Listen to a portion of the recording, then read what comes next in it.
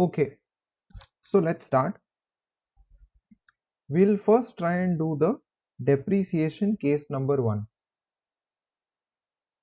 Depreciation में the first thing that we have to ensure is that we put in all the inputs.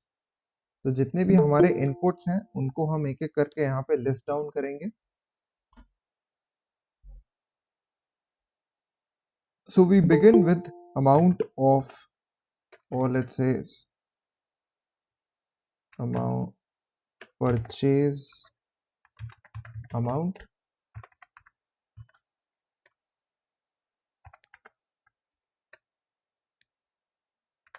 या फिर हम इसको cost of asset भी बोल सकते हैं.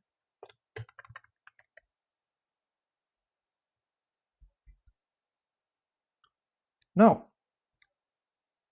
the second thing that we need in the depreciation calculation is life of asset.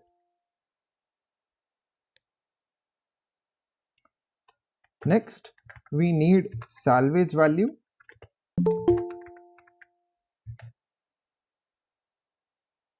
And lastly, we need months in first year.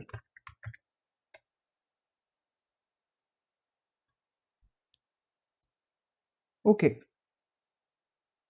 So now that we have all the 4 things, we are going to take some assumed values. So let us think that we have an asset for 8 lakh rupees. Life of the asset is, let's suppose, 7 years. Salvage value is 1 lakh rupees. And now for months in first year, we have to create a drop down menu. तो drop down menu का जो range है वो हमें पहले ध्यान रखना पड़ेगा. ये ड्रॉप डाउन मेन्यू बनाने से पहले तो हमारा मंथ्स इन फर्स्ट ईयर का जो इनपुट है वो कितना मिनिमम और कितना मैक्सिमम हो सकता है. What is the minimum value for months in first year?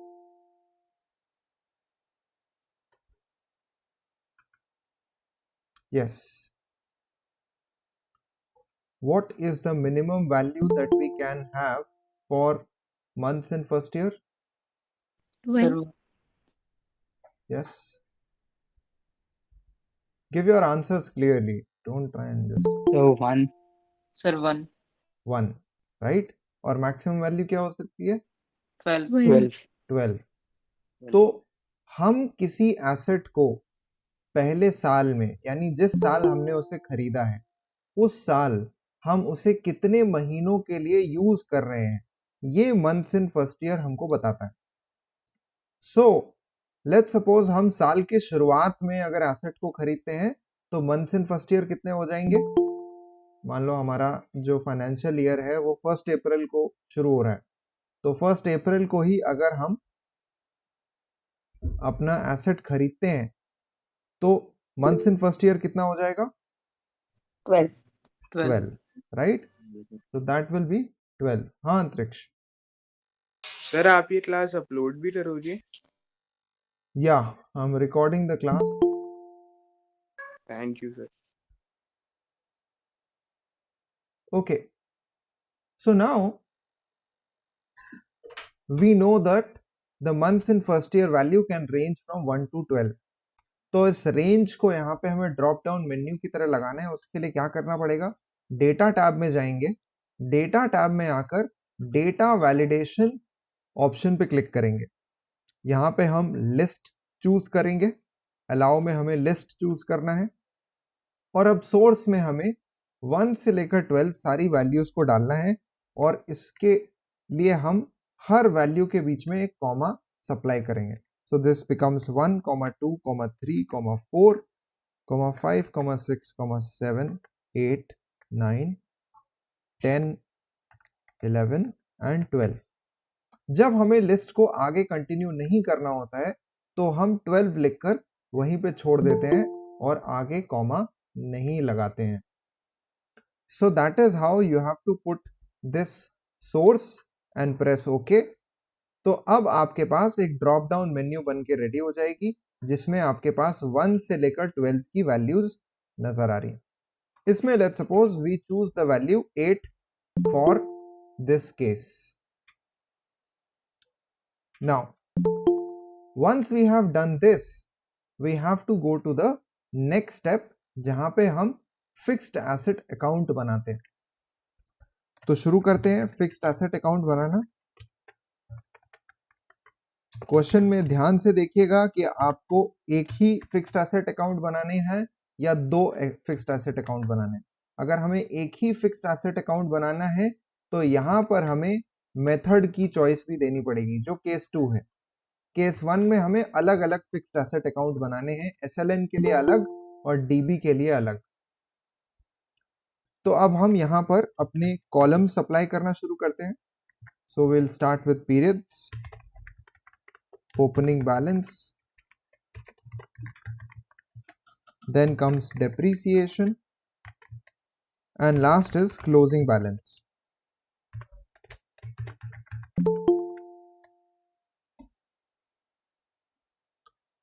Once you have done this, अब हम इन कॉलम्स को पॉपुलेट करना शुरू करेंगे। Now the first thing that we have to consider, the first question that we have to consider is कि हमें ये जो टेबल बनानी है उसमें कितनी रोज की जरूरत है ताकि हम ये पीरियड्स वाला कॉलम उसी तरीके से पॉपुलेट करें। तो हमें यहाँ पे गिवन है कि लाइफ ऑफ एसेट 7 है और मंथ्स इन फर्स्ट ईयर 8 है। तो हमें कितने पीरियड्स की जरूरत पड़ेगी? 8 years. 8 years, right?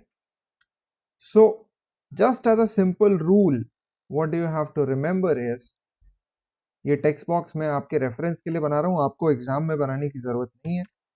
तो if months in first year is less than 12, then number of rows is equal to life plus 1. अगर हमको मंथ्स इन फर्स्ट ईयर की वैल्यू 12 से कम दी हुई है, लेस देन 12 दी हुई है, तो then the number of rows that we require is life plus 1। तो यहाँ पे हमारे केस में लाइफ 7 इयर्स है, यानी हमें 8 रोज की जरूरत पड़ेगी। ठीक है। जब हमारे पास एक ऐसा केस है जहां पर मंथ्स इन फर्स्ट ईयर 12 है, तो ऐसे में हमको नंबर ऑफ रोज सिर्फ लाइफ के बराबर चाहिए। तो अगर मंथ्स इन फर्स्ट ईयर की वैल्यू सेलेक्टेड 12 है तो we have to only create only 7 rows in this case. ठीक है। तो इस रूल को ध्यान रखेंगे तो आपको हमेशा पता रहेगा कि रोज कितनी क्रिएट करनी है टेबल में। चलिए, तो अब हमें पता है कि फर्स्ट वाला केस है यहां पे एप्लीकेबल। फर्स्ट केस के लिए हमें 8 रोज क्रिएट करनी।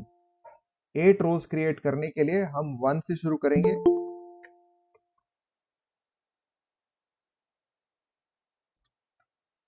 And we'll type out 2 as well and then we can drag it till 8. तो ये हमारे पास 8 रोज के लिए पीरियड कॉलम पॉपुलेट हो जाता है, right? So that is the first thing that we do in the table. The next thing that we want to do is start creating our first row. तो पहले हम पीरियड वाला column पूरा बना लेते हैं और अब हम फर्स्ट रो क्रिएट करेंगे, क्योंकि फर्स्ट रो किसी भी टेबल में स्पेशल होती है because we get the opening balance from this place. तो हमारे लिए फर्स्ट रो का ओपनिंग बैलेंस आएगा कॉस्ट ऑफ एसेट से। तो मैंने यहां पे लिखा है इक्वल टू B1, जिससे कि I can get 8 lakhs directly as the opening balance. ठीक है। अब आते हैं डेप्रीसिएशन वाले कॉलम में। डेप्रीसिएशन वाले कॉलम में हमें इस बात का ध्यान रखना होगा कि अब हम डेप्रीसिएशन के लिए कौन सा फॉर्मूला यूज कर रहे हैं। तो क्योंकि ये SLN का शेड्यूल है, स्ट्रेट लाइन मेथड का शेड्यूल है, तो हम यहाँ पे SLN फॉर्मूला यूज करेंगे। SLN फॉर्मूला यूज करने के लिए we need 3 inputs, cost, salvage और लाइफ। तो हम यहां पर कॉस्ट को कॉस्ट ऑफ एसेट से लेकर आएंगे, इसको साथ ही साथ फ्रीज कर देंगे F4 दबा के। Then we will feed in the salvage value which is given in B3, we'll fix it, and then we will provide life that is given in B2 and we will also fix that. तो इस तरीके से हमारा SLN का formula तैयार हो जाएगा। ठीक है, so the depreciation that comes out is 1 lakh rupees for the year. अब क्लोजिंग बैलेंस कैलकुलेट करते हैं, तो ओपनिंग माइनस डेप्रीसिएशन करेंगे तो हमारा ये क्लोजिंग बैलेंस यहां पर निकल के आ जाएगा। Now we can start building the rest of the table, क्योंकि अब हमारा जो ओपनिंग बैलेंस है वो कॉस्ट ऑफ एसेट से लेने की जरूरत नहीं है, हमारा सेकेंड रो का ओपनिंग बैलेंस फर्स्ट रो के क्लोजिंग बैलेंस से आ जाएगा। तो सेकेंड रो में हम क्लोजिंग बैलेंस फर्स्ट रो से लेते हैं, so we can see 7 lakh has come here. Next we drag the depreciation cell down और उसी तरीके से क्लोजिंग बैलेंस को भी हम ड्रैग करके नीचे कैलकुलेट कर लेते हैं। Right, now you can populate all the table, so you select all the 3 cells and then drag them down till 8। तो हमने यहां पर जो डेप्रीसिएशन की कैलकुलेशन है वो कंप्लीट कर दी है, पर क्या हमारी टेबल ठीक है? No sir. Where is the problem? First period में और लास्ट पीरियड में। हमारा क्लोजिंग बैलेंस 8 साल के बाद कितना आना चाहिए? 1 lakh। 1 लाख, यानी जो हमारी सैल्वेज वैल्यू है उसके बराबर होना चाहिए। ऐसा नहीं हो रहा है हमारी इस वाली टेबल में। कौन बता सकता है ऐसा क्यों नहीं हो रहा है, क्या प्रॉब्लम है? सर फर्स्ट ईयर क्योंकि हमने फर्स्ट ईयर में 8 मंथ्स का डेप्रिसिएशन नहीं लगाया। राइट, हमें पता है कि पहले साल में हमें months in first year 8 given है, यानी कि हमने जब मशीन खरीदी जिस साल में, उस साल हमने सिर्फ 12 में से 8 महीनों के लिए इस्तेमाल की। पर SLN पूरे साल का डेप्रिसिएशन कैलकुलेट करता है जो कि 1 लाख रुपए। तो इसका मतलब ये हुआ कि पहले साल में 1 लाख रुपए डेप्रिसिएशन चार्ज करके हम ज्यादा डेप्रिसिएशन चार्ज कर रहे हैं। उसी तरीके से हम लास्ट ईयर में भी ज्यादा डेप्रिसिएशन चार्ज कर रहे हैं, क्योंकि हमें लास्ट ईयर में बचे हुए 4 महीने, देखो फर्स्ट ईयर में 8 महीने यूज कर लिए तो बचे हुए 4 महीने रह गए, तो उन 4 महीनों के लिए ही हमें लास्ट ईयर में डेप्रिसिएशन चार्ज करना है। तो हम अभी ज्यादा डेप्रिसिएशन चार्ज कर रहे हैं फर्स्ट ईयर और लास्ट ईयर में, तो उसको हम ठीक करेंगे। कैसे ठीक करना है? SLN के फॉर्मूला में फर्स्ट वाली रो में जो SLN का फॉर्मूला है उसमें हमें एक एडजस्टमेंट करना होगा। कौन बता सकता है क्या एडजस्टमेंट करना होगा? Divided by 12 multiply by 8। Right, 8 तो हम यहां पर डेप्रिसिएशन को, हाँ सहीम क्या कह रहे हो? तुम्हारी आवाज क्लियरली आई नहीं थी। Okay, so what we will do is, आप सब लोग कह रहे हैं 8 डिवाइडेड बाय 12 से हम इस डेप्रिसिएशन की कैलकुलेशन को मल्टीप्लाई कर देंगे। हम ऐसा इसलिए कर रहे हैं क्योंकि हमें months in first year 8 given है, तो हम जब एक्सेल शीट बना रहे होंगे तो वहां पे 8 डिवाइडेड बाय 12 करने की जगह पर जिस सेल में 8 लिखा हुआ है उसको यहां पर डाल देंगे, B4 को यहां पे डाल देंगे और फिर 12 से डिवाइड करेंगे। ऐसा करने से ये होगा कि आपकी sheet months in first year change करने से ठीक बनी रहेगी। अगर कोई और आके 8 से इसको 6 कर देता है या कोई और नंबर कर देता है तो भी आपका फॉर्मूला काम करता रहेगा, क्योंकि आपने अपनी शीट में हार्ड कोडेड फॉर्मूला नहीं यूज किया। सो विद दैट अब आप देखोगे कि डेप्रीसिएशन जो है फर्स्ट ईयर में कम हो गया है, 1 लाख से 67,000 पे आ गया। यानी कि हमने फर्स्ट ईयर में साल भर का डेप्रीसिएशन ना लगा के सिर्फ 8 महीने का डेप्रीसिएशन लगाया है। अब आ जाते हैं आखिरी वाले लास्ट ईयर के सेल में। तो यहां पे भी हमें पता है एसएलएन का फॉर्मूला पूरे साल की डेप्रीसिएशन लगा रहा है 1 लाख रुपए, हमें इसे एडजस्ट करना पड़ेगा। तो एडजस्ट करने के लिए हम किस चीज से मल्टीप्लाई करेंगे इसको?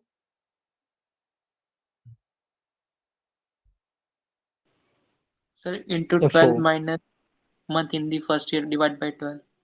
गुड। हमको जो एसएलएन का अमाउंट है उससे मल्टीप्लाई करना होगा 12 minus months in first year. जो हमने फर्स्ट रो में B4 डिवाइडेड बाय 12 का एडजस्टमेंट किया था, यहां पे होगा 12 माइनस B4 डिवाइडेड बाय 12। तो 12 माइनस B4 को मैं एक ब्रैकेट में रखूंगा और इस पूरे फिगर को एक दूसरे ब्रैकेट में। तो 2 ब्रैकेट का इस्तेमाल करके हम ये एडजस्टमेंट का फिगर तैयार कर लेंगे। ठीक है, अब हम देख सकते हैं कि हमारा जो क्लोजिंग बैलेंस है वो सही निकल के आ रहा है, जो कि 1 लाख रुपए होना चाहिए था। So that is how we create fixed asset account using SLN. अब आगे बढ़ते हैं। अब हमें डीबी के लिए यही काम करना है, तो इसी के ठीक नीचे हम डीबी का फिक्स्ड एसेट अकाउंट बनाते हैं। सर यस सर, अगर हमें क्वेश्चन में मंथ इन फर्स्ट ईयर नहीं दिया होगा तो हम अपने हिसाब से कोई सा भी ले सकते हैं ना number? Yes, you can assume anything. Okay sir. Now हम फिर से डीबी के लिए एसेट अकाउंट बना रहे हैं। तो हमें पता है कि 1 से लेकर 8 तक हमें रोज की जरूरत पड़ेगी, तो हम इन्हें ऊपर से ही कॉपी करके नीचे पेस्ट कर लेंगे, कंट्रोल सी और फिर कंट्रोल वी। डीबी के फिक्स्ड एसेट अकाउंट के लिए भी हमें कुछ स्टेप्स जो फॉलो करने हैं वो एसएलएन के जैसे ही हैं, पर यहाँ पे एक चीज जो डिफर करती है वो ये है कि हमारा डेप्रीसिएशन का फॉर्मूला एसएलएन की जगह डीबी का लगेगा। तो हम opening balance cost of asset को ले लेंगे जो कि B1 में लिखी हुई है। डेप्रीसिएशन के फॉर्मूले में हम अब एसएलएन की जगह डीबी फॉर्मूले का यूज करेंगे। डीबी फॉर्मूले में हमें पता है कि हमको 5 इनपुट देने होते हैं। कॉस्ट, सैल्वेज, लाइफ, जो कि एसएलएन के फॉर्मूले में भी थी, और साथ में हमें पीरियड और मंथ भी बताना होगा। अब हम ये सारे के सारे इनपुट यहां पे डालते हैं। सो वी सेलेक्ट कॉस्ट और इसको हमने फिक्स कर लिया है। सैल्वेज को सेलेक्ट किया, फिक्स कर लिया। Then we selected life, we fixed that also. अब चौथे इनपुट पे आते हैं। ये एक डिफरेंट इनपुट है, ये एसएलएन वाले फॉर्मूला में नहीं था। तो हमें पीरियड में क्या सेलेक्ट करना होता है? Who can tell? सर जो आगे कॉलम है पीरियड्स का। पीरियड्स का जो कॉलम है, हमें उसमें जो एप्लीकेबल सेल है वो लगाना होगा। देखो, तो हम फर्स्ट ईयर के लिए डेप्रीसिएशन कैलकुलेट कर रहे हैं अभी, तो हम वो सेल सेलेक्ट करेंगे जिसमें 1 लिखा हुआ है। इससे एक्सेल को ये पता चल जाएगा कि हम फर्स्ट ईयर के लिए डेप्रीसिएशन कैलकुलेट कर रहे हैं। अब बात आती है आखिरी इनपुट की, जो कि है मंथ। मंथ का मतलब वही है मंथ्स इन फर्स्ट ईयर। तो जहां पे हमने 8 लिखा हुआ है, जहां पे हमने ड्रॉप डाउन मेन्यू बनाई थी, वो हमारे लिए इनपुट हो जाएगा। That is the final formula that we get. अब एक बार जब हम ये फॉर्मूला कंप्लीट कर लेते हैं, then we press tab and now you can see it has calculated depreciation for the first year. Closing balance में हमें सिंपल सा इक्वेशन बनाना है, opening minus depreciation, that gives us closing balance.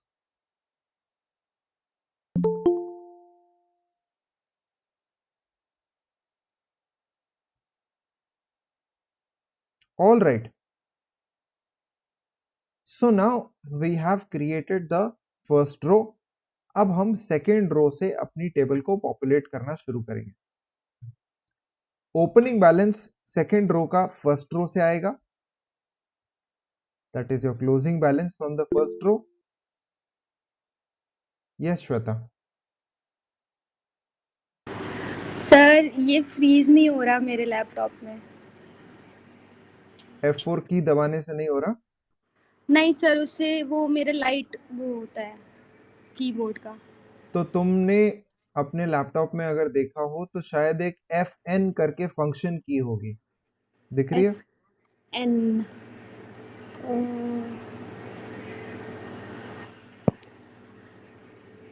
नहीं sir.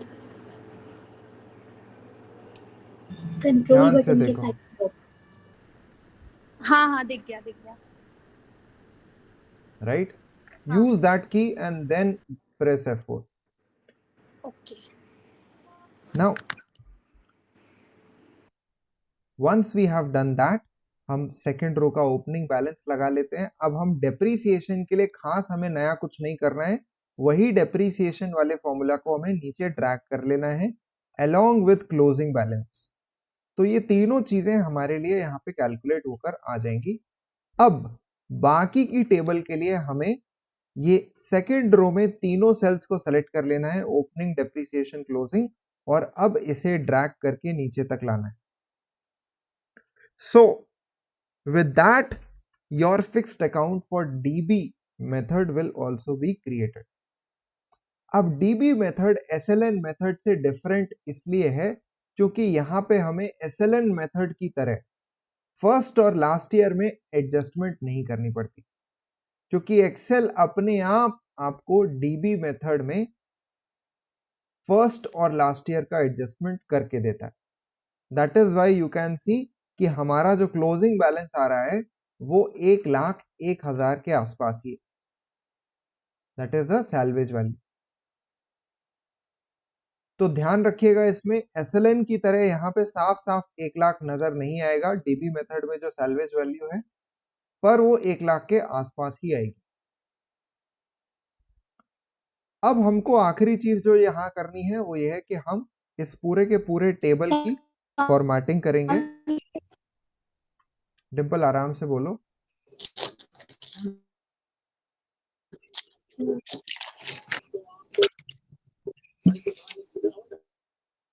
Okay, somehow I am not able to listen to her.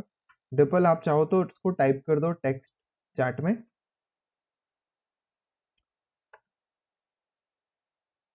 अब हमें formatting करनी है, तो फॉर्मेटिंग करने के लिए हम दोनों टेबल के जो अमाउंट वाले सेल्स हैं उनको सेलेक्ट कर लेंगे, साथ ही साथ कॉस्ट ऑफ एसेट और सैल्वेज वैल्यू को भी सेलेक्ट कर लेंगे, और फिर इनको हम अकाउंटिंग फॉर्मेट में ले आएंगे, जिससे कि हमको रुपी सिंबल भी मिल जाएगा और हमारे सारे के सारे अमाउंट्स इवनली फॉर्मेट हो जाएंगे. हाँ देवयानी.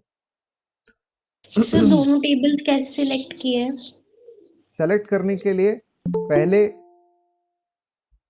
मैं फर्स्ट टेबल को सेलेक्ट करता हूं और फिर आई प्रेस द कंट्रोल की.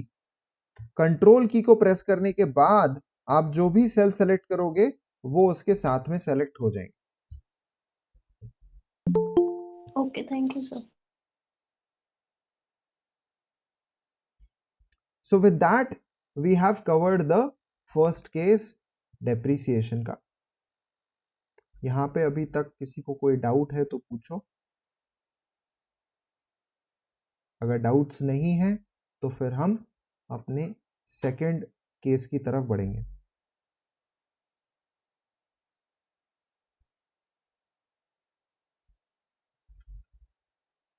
Okay, so I am assuming कि आप लोगों को कोई डाउट नहीं है because we are short on time, so we will move fast. Sir हाँ सर, इसमें डेप्रिसिएशन में जो फिक्स SLN वाला फॉर्मूला है उसमें 8th वाला पीरियड का वो दिखा दीजिए, डेप्रिसिएशन कैसे निकालेंगे. मैं तुमको सारे के सारे फॉर्मूलाज एक बार में ही दिखा देता हूँ, तुम इसका स्क्रीनशॉट ले लो. Yes sir.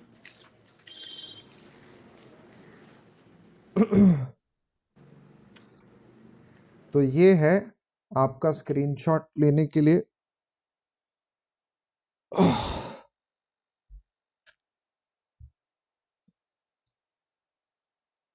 Thank you sir.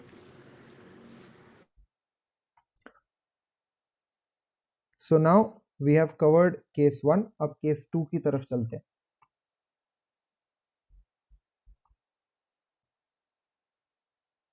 अब हमें क्योंकि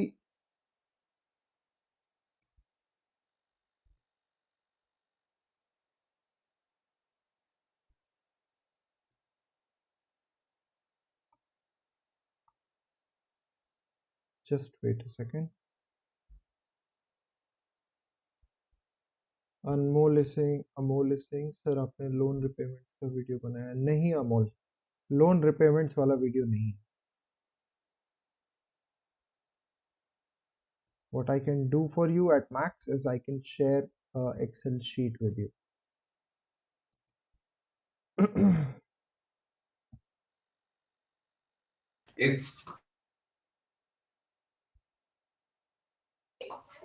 सर ये वीडियो रिकॉर्ड हो रहा है? हाँ, ये वीडियो रिकॉर्ड हो। सर ये भी अपलोड करोगे ना आप? हाँ, इस क्लास के बाद। हाँ अर्पित बोलो। सर पिछली शीट में like can you show once again like how you formatted दोनों tables according to like accounting format? So usually what will happen is you will see this sort of format, that is currency format. तो इसमें I will select all the amount cells, जिन भी sales में amount है तो control की press करके उन सारे सेल्स को आप सेलेक्ट कर सकते हो and then you can go to the home tab. Home tab में आपको नंबर का जो सेक्शन है उसमें अकाउंटिंग फॉर्मेट मिलेगा। You can select the accounting format. Now if you are not getting the rupee symbol, then to change that you can go to more accounting formats, that is just below the drop down menu. Here you can go to more accounting formats और यहाँ पे आप symbol select कर सकते हो. So whatever symbol that you want is available in this list and you can use that. So I hope that is clear. Thank you sir. हाँ राहुल बोलो। Sir आपने MS एक्सेस वाले भी अपलोड कर रखी वीडियो सर? नहीं, MS access की videos नहीं बनी थी। ऑल राइट, तो अब हम केस नंबर 2 की बात करते हैं। केस नंबर 2 में केस 1 के मुकाबले एक चीज एक्स्ट्रा और ऐड हो जाती है इनपुट्स में, that is depreciation method. Because case 2 is all about that we want to create the fixed asset account according to a depreciation method selected.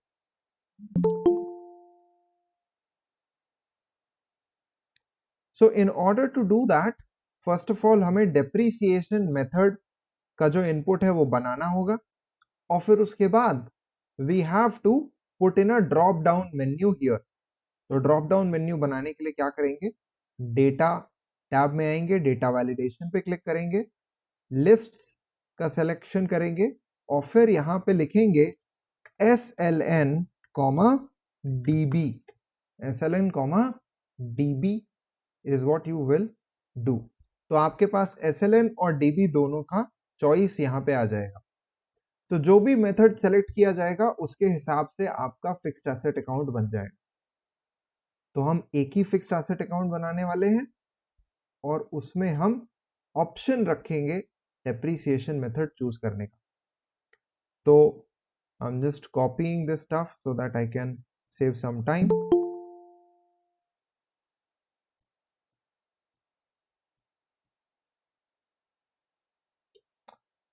Now we have all the 4 columns और जैसा कि हमने पहले ही ये consider किया हुआ था कि जब months in first year less than 12 होता है तब हम नंबर ऑफ रोज बनाते हैं life +1, that is 7 years +1, that is 8 rows और जब 12 होता है तो हम number of rows equal to life रखते हैं. So we will start creating the number of rows, that is we require 8 rows. So we create 8 as the column, 1 to 8 as the column for period. Now next thing that we have to do is we have to select the opening balance for the first row, जो कि आएगा cost of asset से. So now we have got 8 lakh as the opening balance from cost of asset. Let us come to depreciation. अब depreciation में हमें कुछ चीज़ों को कंसिडर करना पड़ेगा. उसके लिए I have earlier also given this tree diagram. वही tree diagram मैं आप लोगों को आज भी दिखा के एक्सप्लेन करूंगा. How do we do that?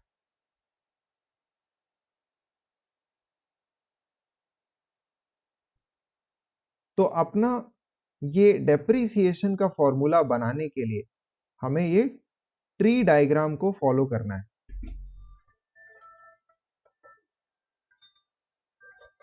Now how to use this diagram? The first question that we are asking is the selected method DB?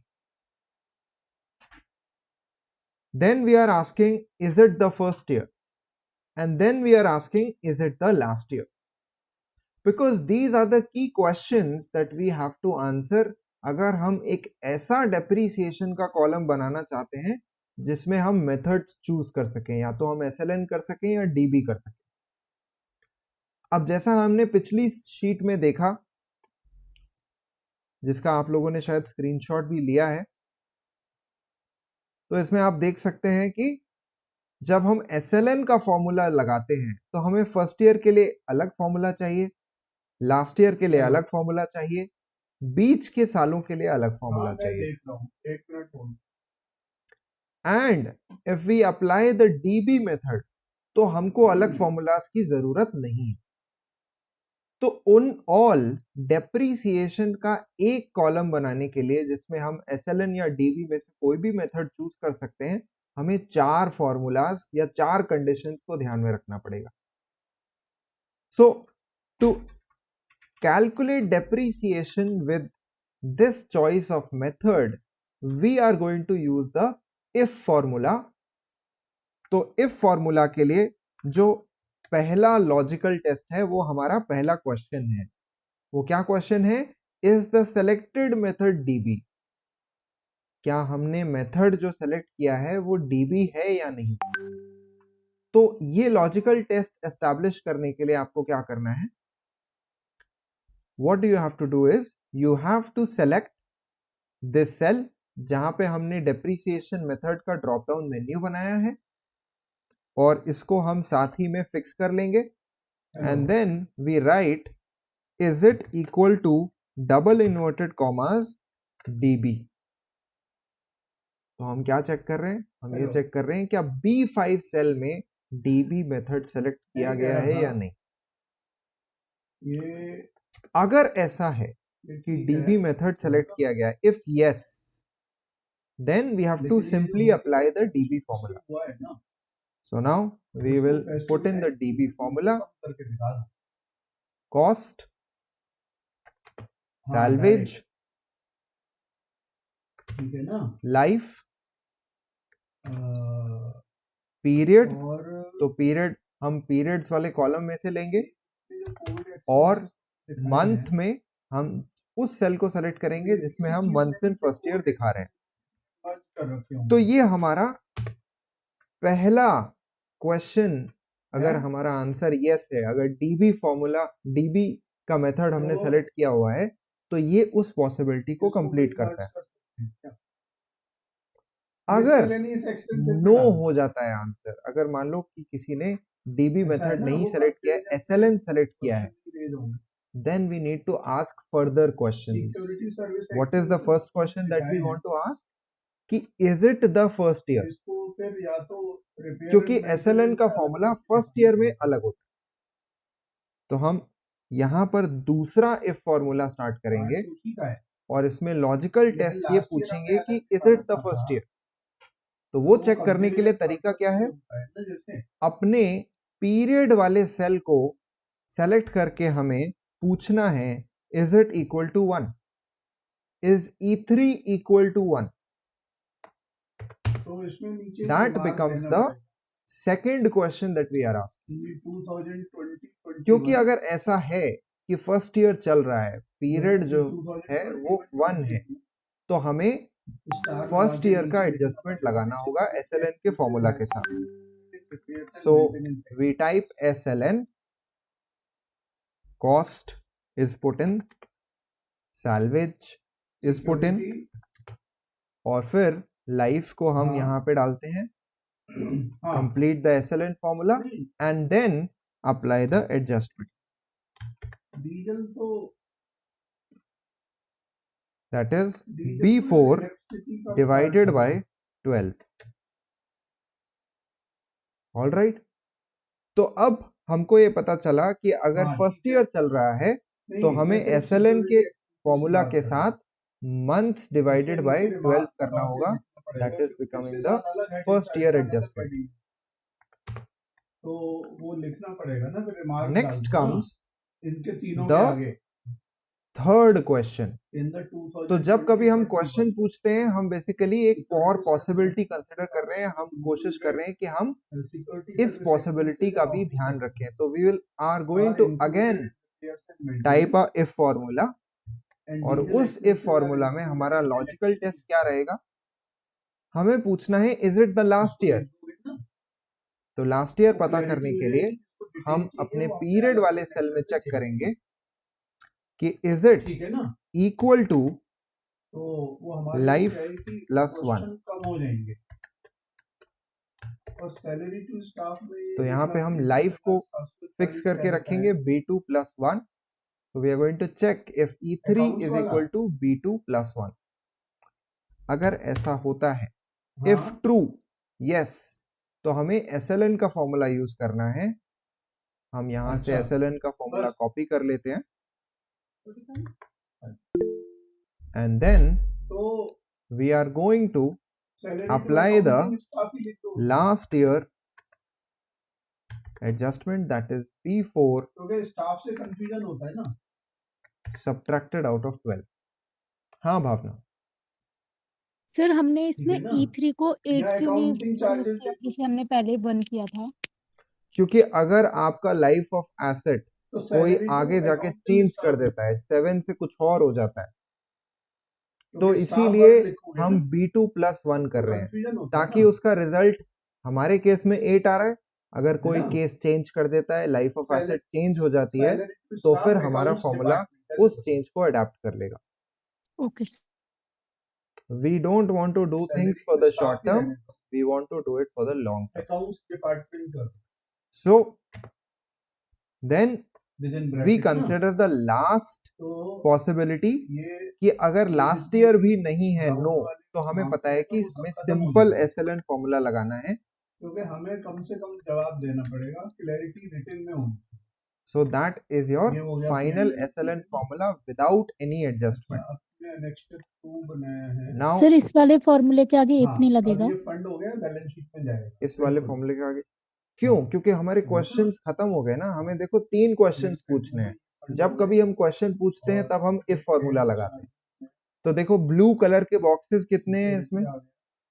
3 है सर। 3 है, मतलब तुमको 3 ही इफ फॉर्मूला लगाना।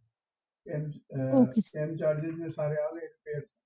तो इस ट्री डायग्राम को अगर आपने समझ लिया तो आप बड़े आराम से ये इफ फॉर्मूला बना सकते हैं।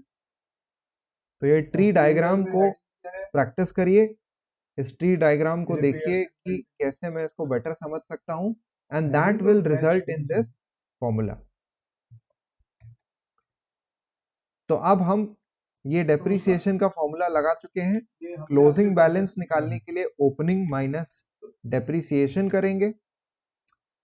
ये फर्स्ट रो हमारी प्रिपेयर हो गई है। सेकंड रो पे आते हैं। सर एक बार फॉर्मूला का स्क्रीनशॉट लेने के बाद दोबारा दिखाइए। मैं बाद में दिखाता हूँ, पहले let it completed. Then for the second row we are going to look at the closing balance as the opening या बैलेंस फॉर जब सेकंड हम रो। वहाँ रिपेयर एंड मेंटेनेंस दिखा रहे हैं डेप्रिसिएशन के लिए वहां पर ब्रैकेट में कैम हम डाल इसको दें। ड्रैग कर देंगे and then we are going to follow the same for closing balance हैं and then you can drag the entire second row down to get your desired answer. अब आखिरी चीज जो हमें रह गई है यहाँ पे फॉर्मेटिंग करनी रह गई है, तो इन सारे कॉलम्स को सेलेक्ट कर लेंगे, होम में जाकर अकाउंटिंग फॉर्मेट को सेलेक्ट करेंगे। तो अब आप देखोगे कि जब मैं डीबी मेथड सेलेक्ट कर रहा हूँ तो डीबी के हिसाब से डेप्रिसिएशन कैलकुलेट हो जाता है, जब मैं एसएलएन मेथड सेलेक्ट करता हूं तो एसएलएन के हिसाब से डेप्रिसिएशन कैलकुलेट हो जाता है।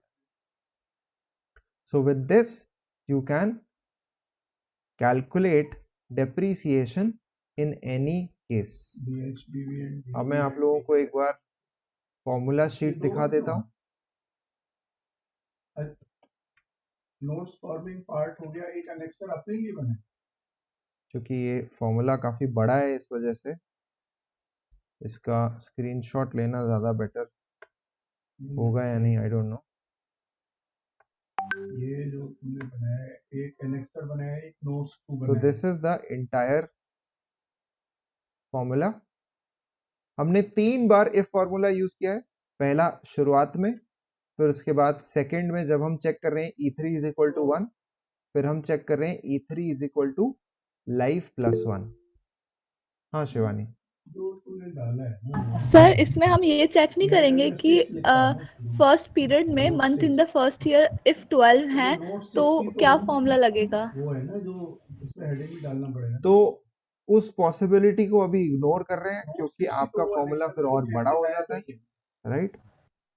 Okay sir, okay. अच्छा ये अकाउंट की तरह let us not try to complicate it even more. अगर ये ऑनर्स का कोर्स होता तो इसमें 2 इफ फॉर्मूले और जुड़ जाते हैं, but this is BCom program, so will keep it nice and easy. Okay, yes sir, वो आपने क्लास में करवाया था ना, इस वजह से पूछा sir. Right. So with this much only, with these 3 formulas only you can work, that is fine. ये होली फेस्टिवल एक्सपेंसेस में ना Sir, do we have जो कलेक्शन आई query वो run minus कर in Access? No Shreyansh, no queries. तो Sir, will there be विश्वास? तुम हाँ बिल्कुल, कब का सवाल पूछ रहे हो? मैं कितनी ठीक बार हो बता जाएगा। चुका हूँ। तो लोगों को ये नहीं लगेगा I have कि posted मेरे the से structure also in the Google Drive. तुमने देखा हाँ, पेपर का स्ट्रक्चर और विश्वास? बाकी बैलेंस शीट उसी हिसाब से ठीक हो जाएगी। बैलेंस शीट में Have you looked at the paper structure? एक बात समझ में नहीं आई मुझे। So with this, 21-22 case में number 2 is over. Society fund एक बार फिर से बता रहा हूँ, वो देख लो। डिटेल नोट्स 1 में है डिटेल। और तुम तो वो बच्चे हो जो रेगुलर था, इस वजह से मुझे और ऑड लगता है। इतना डेफिसिट माइनस करके ये आया, तो यार एक बात बताओ ना, फिर ये देखिए, ये है अच्छा, आपके ठीक है। एग्जाम का पैटर्न। 21-22 जो है क्वेश्चन नंबर 1 आपका MS वर्ड है, इंटरनल चॉइस नहीं आएगी, या तो मेल मर्ज पूछा जाएगा, या पोस्टर मेकिंग पूछा जाएगा, या टेबल क्रिएशन पूछा जाएगा। आपके सेट के ऊपर डिपेंड करता है। अगर आपका सेट मेल मर्ज वाला हुआ तो आपको MS वर्ड में मेल मर्ज करना होगा। सब्सक्रिप्शन इनकम में अगर पोस्टर मेकिंग वाला हुआ तो पोस्टर बनाना होगा, अच्छा, अगर टेबल वाला होगा तो टेबल बनाना होगा।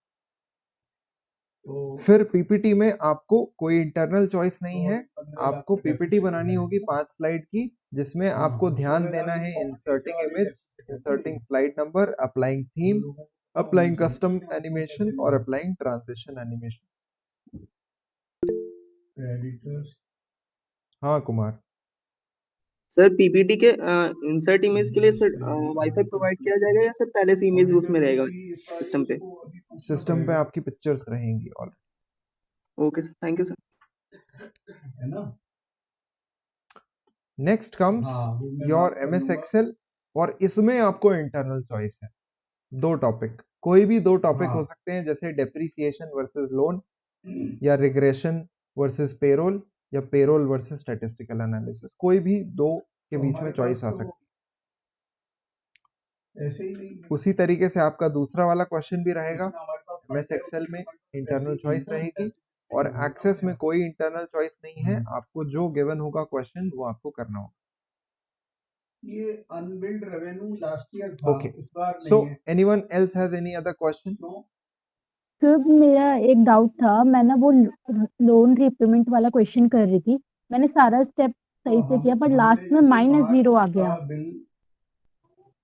हे भगवान, -0 और फिर ऊपर नहीं से मतलब ऐसे माइनस। कुछ नहीं ऐसा नहीं, मतलब वो फर्क नहीं पड़ता, पर मतलब उसी को मैंने एक वीडियो से देख के किया था, पर उनका 0 आ रहा था पर मेरा -0 आया, पर फिर मैंने उसे चेंज किया उसका फॉर्मेट करेंसी पे तो वो 0 हो गया, पर अकाउंटिंग करने पे वो वापस से -0 हो रहा था, तो फिर मैं कंफ्यूज हो गई। Because when you use the accounting format, तो अकाउंटिंग फॉर्मेट में क्योंकि डेसिमल पॉइंट ज्यादा कंसिडर किए जाते हैं, तो अगर उसका कैलकुलेशन माइनस में जा रहा होगा तो इस वजह से वो माइनस दिखा रहा होगा। यू सी, आपको डेसिमल के पीछे के पॉइंट से ज्यादा खास मतलब होता नहीं, क्योंकि वो बहुत मिनिस्कुअल डिफरेंस बनाता है, बहुत मिनिमल डिफरेंस होता है। ठीक है, अब यहाँ पे लिखा हुआ है 3333, अब मैं इसको यहाँ पे 10 डिजिट पीछे चले जाऊँ 3337 लिखा हुआ आ जाए तो कोई दिक्कत की बात नहीं, because that is approximated to 1,33,334। So don't worry about that. और हम ऐसे मतलब खुद चॉइस कर सकते हैं ना कि हमें अकाउंटिंग फॉर्मेट में रखना है या करेंसी फॉर्मेट? या कोई भी फॉर्मेट रखना, उसको कंसिस्टेंटली रखना, सब में वही अप्लाई करना। ओके।